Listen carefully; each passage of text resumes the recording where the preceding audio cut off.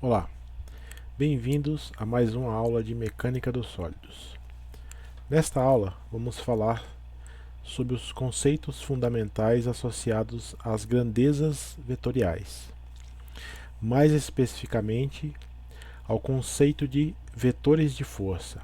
Então, dentro do conteúdo de Mecânica dos Sólidos, algumas grandezas são escalares e outras são vetoriais, assim como as forças, os momentos, os deslocamentos, por exemplo, são grandezas vetoriais.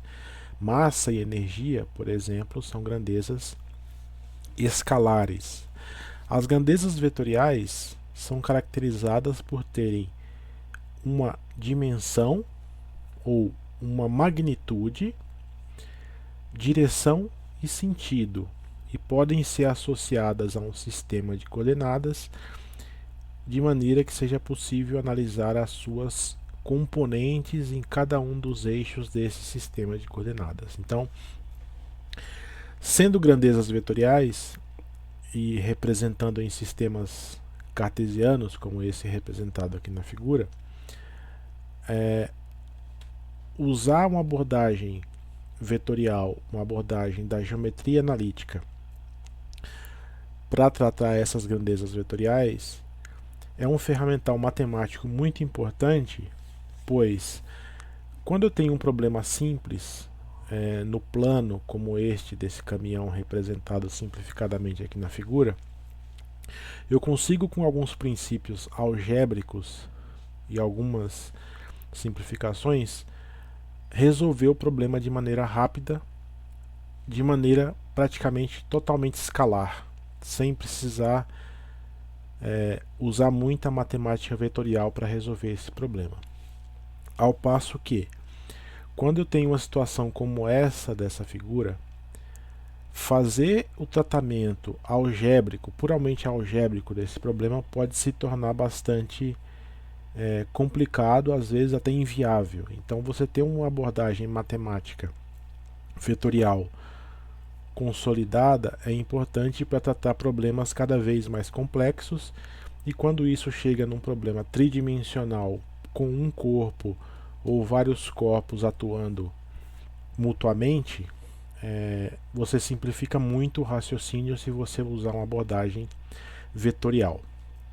Então, para entender a mecânica dos sólidos em sentido pleno, é importante ter como um pré-requisito ou um conhecimento inicial os fundamentos aí de geometria analítica ou de álgebra linear, que são das disciplinas iniciais aí dos cursos de engenharia. Tá? Então, nesta aula, vamos apenas relembrar alguns desses conceitos e mostrar algumas aplicações práticas direcionadas para a resolução de exercícios que serão discutidos em outros vídeos. Bom, sabendo que são grandezas vetoriais e elas podem ser representadas em sistemas de coordenadas, então, dado essa força F no plano com os seus eixos coordenados aqui no sistema XY, é possível decompor, usando a trigonometria do triângulo retângulo, essa força em componentes ou projeções dessa força em cada um dos eixos.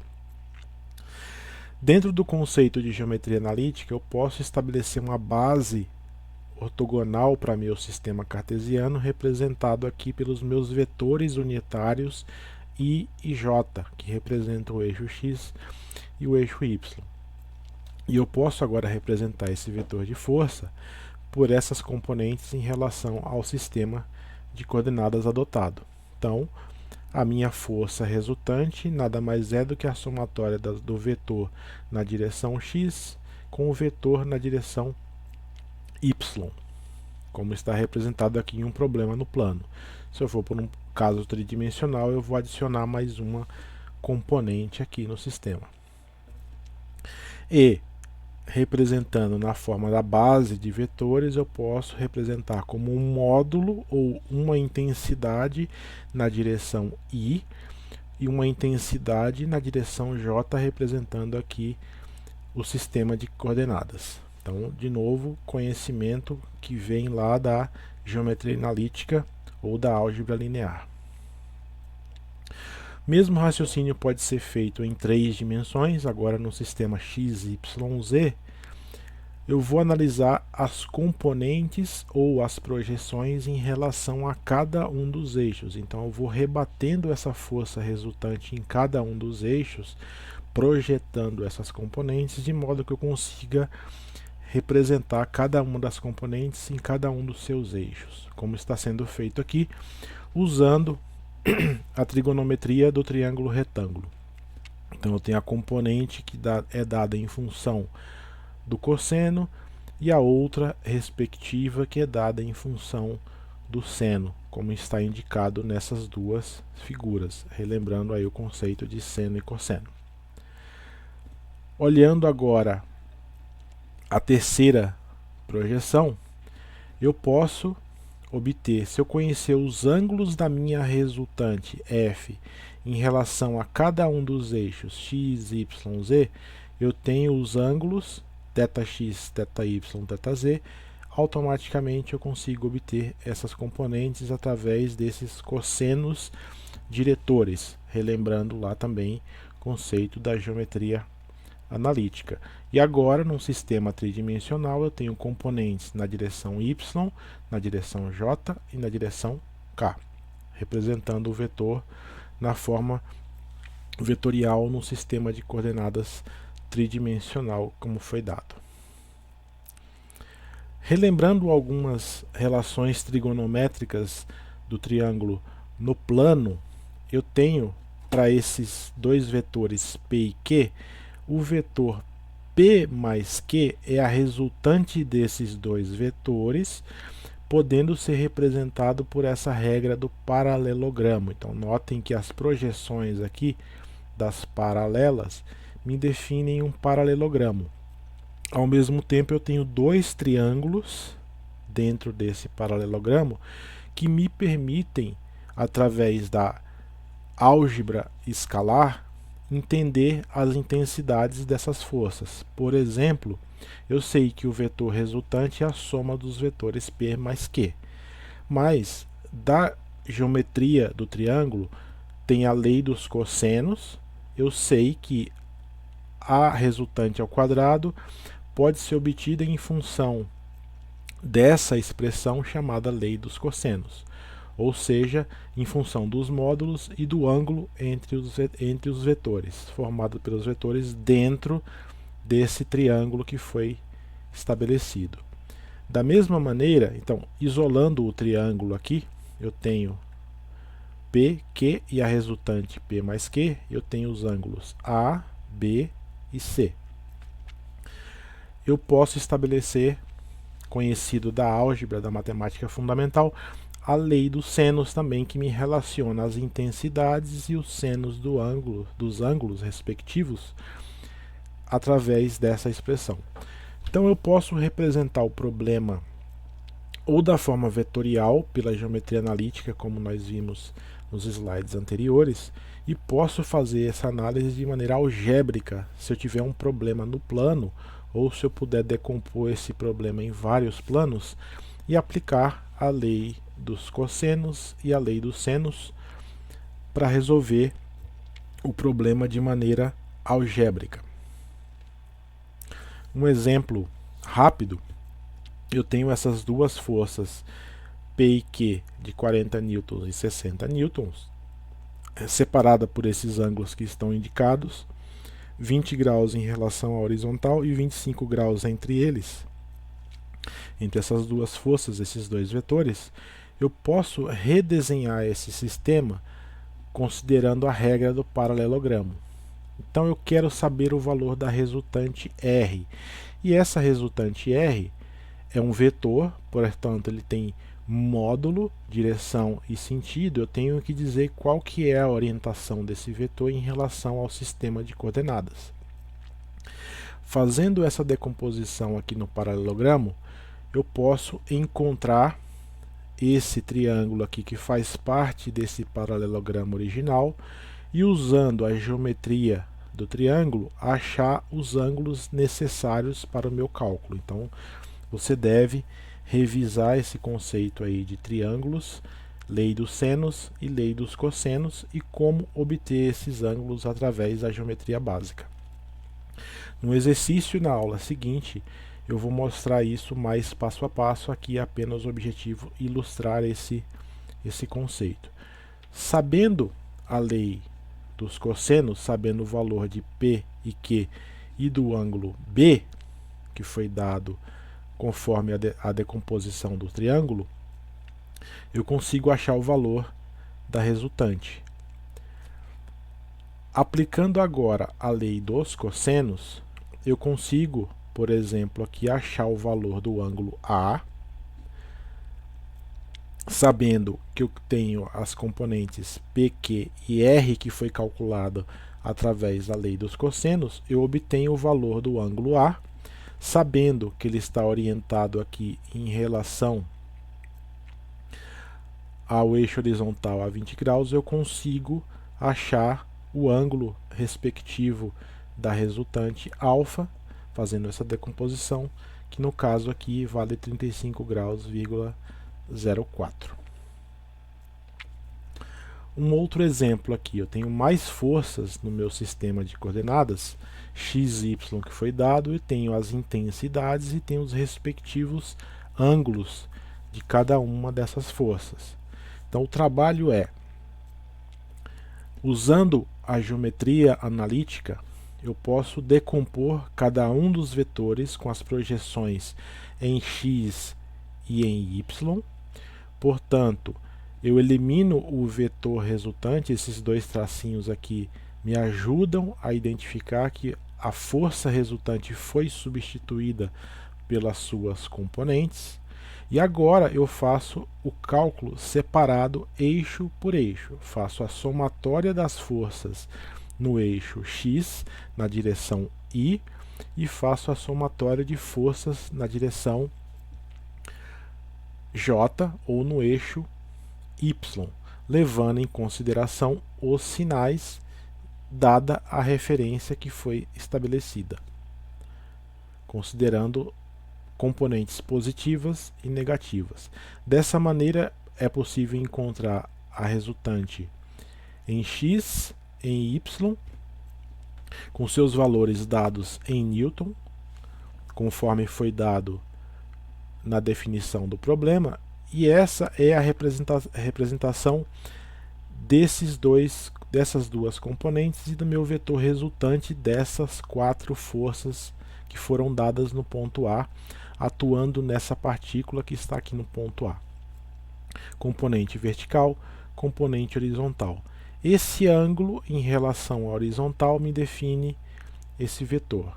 Então, se eu sei as componentes, pelo teorema de Pitágoras eu consigo achar o valor, o módulo da minha resultante, pelo teorema de Pitágoras. Portanto, a resultante vale 199,6 newtons nesse caso. Então, colocando aqui, indicando a unidade dessa força. Eu tenho agora a magnitude ou o módulo dessa força dado por R.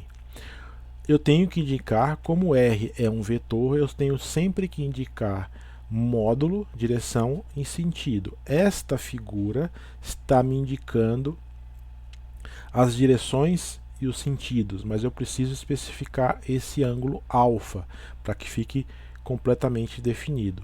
Novamente, pela relação do triângulo retângulo, eu consigo, por exemplo, pela tangente, determinar o ângulo alfa, que nesse caso é 4,1 graus. Então, esses conceitos vão ser explorados cada vez mais a partir de agora com os exercícios que serão propostos e resolvidos no curso de Mecânica dos Sólidos. Bom, se eu entendo o conceito de forças, agora é importante a gente tratar do equilíbrio. Então, grande parte do nosso trabalho em Mecânica dos Sólidos é estudar o equilíbrio de partículas ou o equilíbrio de corpos rígidos e depois, na sequência do cálculo, fazer o equilíbrio das forças internas para os corpos deformáveis. Então vamos seguir adiante, aumentando gradualmente os conceitos a partir do equilíbrio de uma partícula. Então, se numa partícula, ou seja, um corpo que pode ser representado por um ponto onde as dimensões, o volume não é significativo para análise, eu tenho que, para que esse ponto esteja em equilíbrio, todas as forças atuantes têm que se anular, de maneira que eu não tenha aceleração nesse ponto. Ou seja, estamos falando do equilíbrio estático. De maneira matemática, é o mesmo que a resultante de todas as forças tem que ser igual a zero, ou seja, eu quero que o equilíbrio seja estático, ou velocidade constante, ou esse corpo está parado para garantir o equilíbrio. Esse caso simplificado aqui de uma partícula A, todas as forças atuando nessa partícula, representado por este diagrama de corpo livre, estão se anulando, então a resultante é igual a zero, portanto, aceleração zero, o corpo, ou ponto nesse caso, está em equilíbrio estático. Então, essa é a primeira lei de equilíbrio que nós vamos tratar para o caso de partículas ou pontos materiais, ou seja, a resultante de todas as forças ou a somatória de todas as forças atuando em uma partícula, seja lá quantas forças forem, fazemos o diagrama de corpo livre, somamos todas essas forças na direção x, y, z no sistema de coordenadas que foi adotado, e essa soma de forças tem que dar zero para garantir o equilíbrio estático da partícula. Olhando em termos de componente, num sistema tridimensional eu vou ter três equações possíveis de equilíbrio para uma partícula. Nas próximas aulas, vamos definir o conceito de equilíbrio, estender o conceito de equilíbrio de partículas para corpos rígidos, e essas equações serão ampliadas. Uma aplicação prática. Então eu tenho esse sistema representado por essa caixa aqui que está sendo içada por esses cabos com a geometria estabelecida aqui, e eu quero definir a configuração desse equilíbrio. No caso aqui está sendo assumido que os cabos não têm massa e também são corpos rígidos. Eu estou interessado apenas no equilíbrio do ponto A. Então eu posso tratar o ponto A como sendo uma partícula ou um ponto material. Olhando mais de perto o ponto A, fazemos um diagrama de corpo livre. O que é o diagrama de corpo livre? É um esboço geométrico representando o corpo ou o ponto material nesse caso e todas as forças que estão atuando nesse corpo para que eu consiga fazer somatório de forças e estabelecer as condições de equilíbrio. Então a pergunta nesse caso aqui, quais são as forças nos cabos, as trações nesses dois cabos, TAB e TAC, com essa configuração geométrica dada pelos ângulos de 50 graus e 30 graus, mantém a partícula A, o ponto material A, em equilíbrio, sabendo que o peso da caixa está representado aqui por 736 newtons. Bom, agora conhecendo as representações pela geometria analítica e pela lei dos senos e cossenos, é possível resolver esse problema. Qual que é o princípio? É uma partícula que está no plano. Se é uma partícula, eu tenho que garantir somatória de forças em todas as direções do plano iguais a zero. Por exemplo, eu tenho, nesse caso, um plano XY, as componentes de força na direção X iguais a zero e as componentes de força na direção Y iguais a zero. Portanto, eu tenho duas equações de equilíbrio para usar. Com essas duas equações de equilíbrio, eu tenho duas incógnitas no meu problema, que são as duas forças nos cabos. duas equações, duas incógnitas, eu consigo resolver o meu sistema. Uma outra maneira é transformar esse sistema num triângulo de forças e aplicar as leis do seno e dos cossenos para resolver o problema de equilíbrio, e isso vai ser feito de forma detalhada nas próximas aulas, nos próximos vídeos. Então, novamente, eu tenho duas equações dadas pelas componentes em x ou em y. Se fosse tridimensional, eu teria três equações, portanto, eu poderia resolver três incógnitas com três equações. Então, eu sugiro que você tente resolver esse exercício fazendo somatório de forças igual a zero, somatório de forças em x e em y iguais a zero, e também tentar fazer o exercício usando a geometria do triângulo de forças. A resposta está indicada aí para o TAB e o TAC, para que você confira os seus cálculos. Aguarde os próximos vídeos, onde faremos exercícios passo a passo, aplicando esses conceitos de somatório de força, leis do seno e cosseno, e também outros métodos, como o método gráfico, para resolver esse tipo de problema que é relacionado a equilíbrio de partículas, tanto no plano quanto tridimensionais. Então, esse era o objetivo principal dessa aula. Este conteúdo pode ser encontrado no capítulo 2 do livro de Estática e Mecânica dos Materiais do Beer, ou nos capítulos 2 e 3 do livro de Estática do Hibbeler. Então, sugiro que você faça a leitura desses capítulos. Há exercícios resolvidos e também sugestões de exercícios para serem resolvidos, muitos deles com respostas no final dos livros. Então, esse era o objetivo da aula. Aguarde os próximos vídeos. Obrigado pela atenção. Boas aulas, bons estudos e até a próxima.